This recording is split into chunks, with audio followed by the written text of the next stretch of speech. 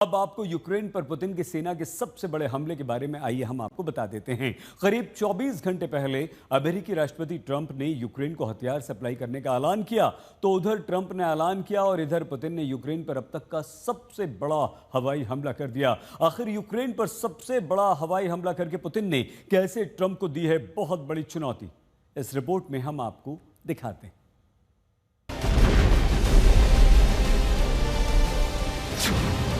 Trump ने Ukraine को हथियार देने का ऐलान किया।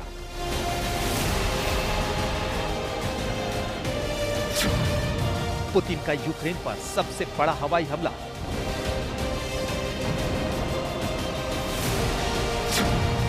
अमेरिकी राष्ट्रपति को पुतिन का करारा जवाब।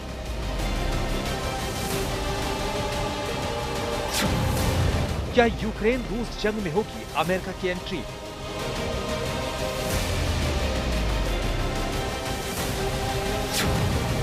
ट्रंप का यू-टर्न तो पुतिन का ऐलान जंग। एक तो नहीं बल्कि पुतिन ने 728 ड्रोन भेजकर यूक्रेन पर भीषण हवाई हमला किया। यूक्रेन के अलग अलग शहरों पर 13 क्रूज मिसाइलें दागी। यूक्रेन के राष्ट्रपति ज़ेलेंस्की का दावा है कि रूस ने अब तक का सबसे बड़ा हवाई हमला किया है।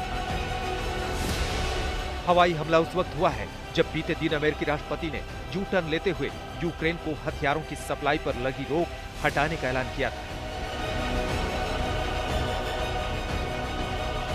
हम यूक्रेन को कुछ नए हथियार भेजने जा रहे हैं। हमें ऐसा करना ही होगा। उन्हें खुद की रक्षा करनी होगी क्योंकि उन पर भारी हमले हो रहे हैं। यही नहीं, ट्रंप ने रूस के राष्ट्रपति पुतिन को लेकर अपनी नाराजगी जाहिर करते हुए पत्रकारों से कहा था, पुतिन हमें हर बार झूठी बातें सुनाता है। वो बहुत मीठा बोलता है लेकिन उसका कोई मतलब नहीं निकलता है। ट्रंप के इसी बयान को लेकर रूस ने सीधे ट्रंप पर पलटवार करते हुए कहा था, हम इस पर काफी शांत हैं। ट्रंप का बोलने का तरीका आमतौर पर काफी कठोर होता है और वो जिन शब्दों का इस्तेमाल करते हैं वो भी। दावा किया जा रहा है कि ट्रंप के फैसले से बौखलाए पुतिन ने बीती रात यूक्रेन पर भीषण हमला किया। यह हमला ट्रंप के ऐलान को सीधी चुनौती के तौर पर देखा जा रहा है। हालांकि ज़ेलेंस्की ने हमले की निंदा करते हुए कहा, यह ठीक उस वक्त हुआ है जब शांति स्थापित करने और संघर्ष विराम हासिल करने के लिए कई प्रयास किए जा रहे हैं, लेकिन सिर्फ रूस ही है जो लगातार इन सभी प्रयासों को ठुकरा रहा है।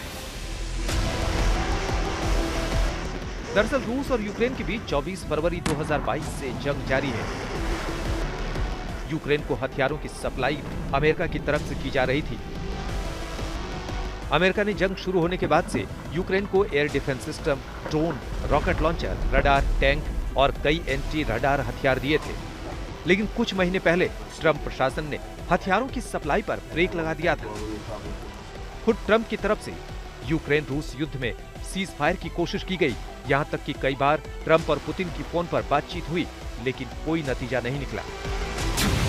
क्या युद्ध पहले से ही ज्यादा भयावह मोड़ पर है? क्यों पुतिन और ज़ेलेंस्की रुकने को तैयार नहीं? क्यों घातक हथियार खरीद रहा है यूक्रेन? यूक्रेन रूस युद्ध में आगे क्या होने वाला है, इसके कुछ संकेत यूक्रेन और ब्रिटेन के बीच हुई हथियारों की नई डील में मौजूद है। यूक्रेन के एयर डिफेंस सिस्टम को मजबूत करने के लिए ब्रिटेन 350 मिसाइलें देगा। मिसाइलों की फंडिंग रूस की जब्त संपत्तियों से मिलने वाली रकम से होगी। यूक्रेन को ब्रिटेन की तरफ से एसरम मिसाइलें मिलेंगी जो पहले लड़ाकू विमानों से हवा में मार करने के लिए इस्तेमाल होती थी। अब एसरम मिसाइल को जमीन से लॉन्च करने लायक बनाया गया है। इतना ही नहीं, ब्रिटेन और यूक्रेन के बीच ड्रोन को लेकर बड़ी डील हुई है। ब्रिटेन के प्रधानमंत्री कीर स्टारमर ने हथियारों की डील को लेकर कहा है, पुतिन के बर्बर और अवैध युद्ध की कीमत रूस को चुकानी चाहिए, यूक्रेन को नहीं।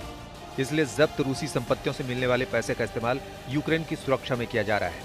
यूक्रेन की सुरक्षा ब्रिटेन और पूरे यूरोप की सुरक्षा से जुड़ी है और ब्रिटेन का समर्थन कभी कमजोर नहीं होगा। दूसरी तरफ नीदरलैंड ने यूक्रेन को 100 रडार देने का ऐलान किया है जो वक्त रहते रूस की तरफ से आने वाले ड्रोन का पता लगाएंगे। यही नहीं, नीदरलैंड ने यूक्रेन के साथ मिलकर 6 लाख नए ड्रोन बनाने के प्रोजेक्ट को हरी झंडी दिखा दी है। रूस के खिलाफ अपने हमलों को धार देने के लिए यूक्रेन लगातार अपने हथियारों को बढ़ाने में जुटा है। तो यूक्रेन के सस्ते ड्रोन की काट रूस ने ईरानी ड्रोन के जरिए खोज निकाली है।